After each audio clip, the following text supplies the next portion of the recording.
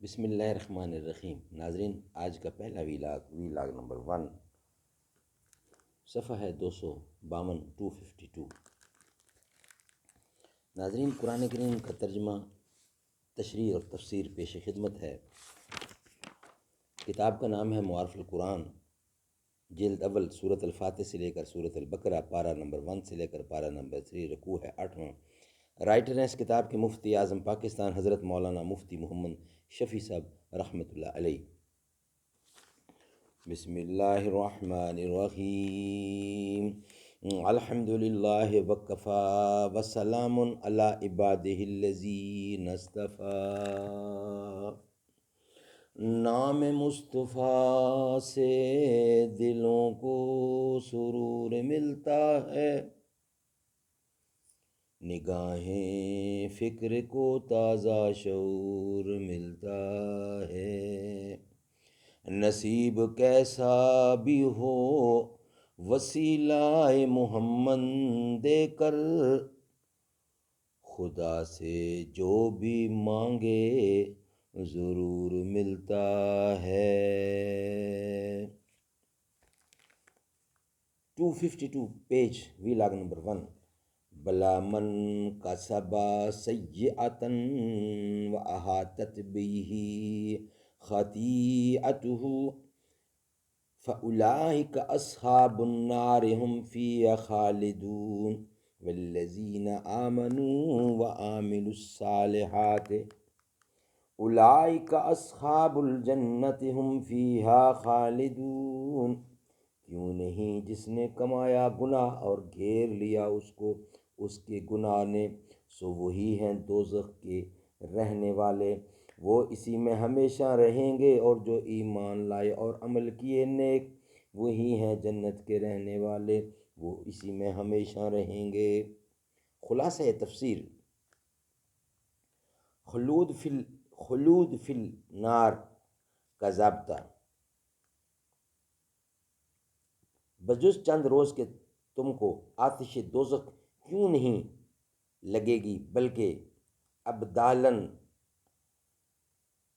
ابدال الباد تک اس میں رہنا ضرور ہے، کیونکہ ہمارا ضابطہ یہ ہے کہ جو شخص قصداً بری باتیں کرتا رہے اور اس کو اس کی خطا قصور اس طرح احاطہ کرے کہ کہیں نیکی کا اثر تک نہ رہے، سو ایسے لوگ اہل دوزخ ہوتے ہیں اور وہ اس میں ہمیشہ ہمیشہ رہیں گے۔ اور جو لوگ اللہ اور رسول پر ایمان لائیں اور نیک کام کریں، ایسے لوگ اہل بہشت ہوتے ہیں اور وہ اس میں ہمیشہ ہمیشہ رہیں گے۔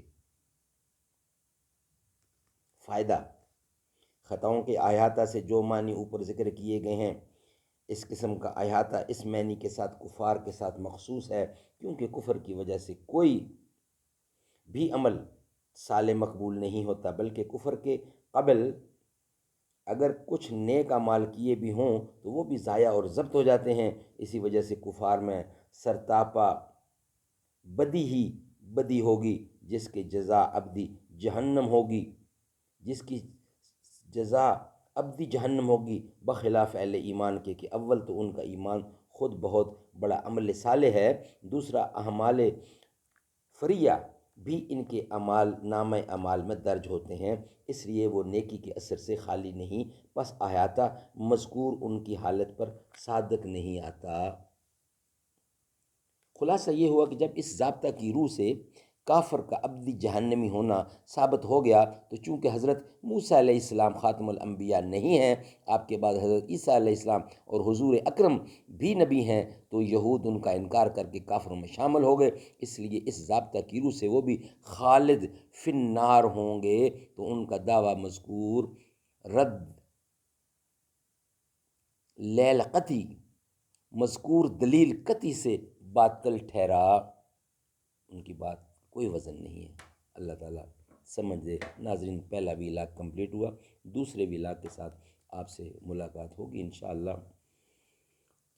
در اقدس پہ حال دل سنانا یاد آتا ہے، مدینہ یاد آتا ہے، مدینے میں جو گزرا وہ زمانہ یاد آتا ہے، خدا کے جلوے جو دیکھے، خدا کے نور کے جلوے جو دیکھے میں نے طیبہ میں، مجھے رہ کے وہ منظر سہانا یاد آتا ہے، در اقدس پہ حال دل سنانا یاد آتا ہے، مدینہ یاد آتا ہے، مدینے میں جو گزرا وہ زمانہ یاد آتا ہے۔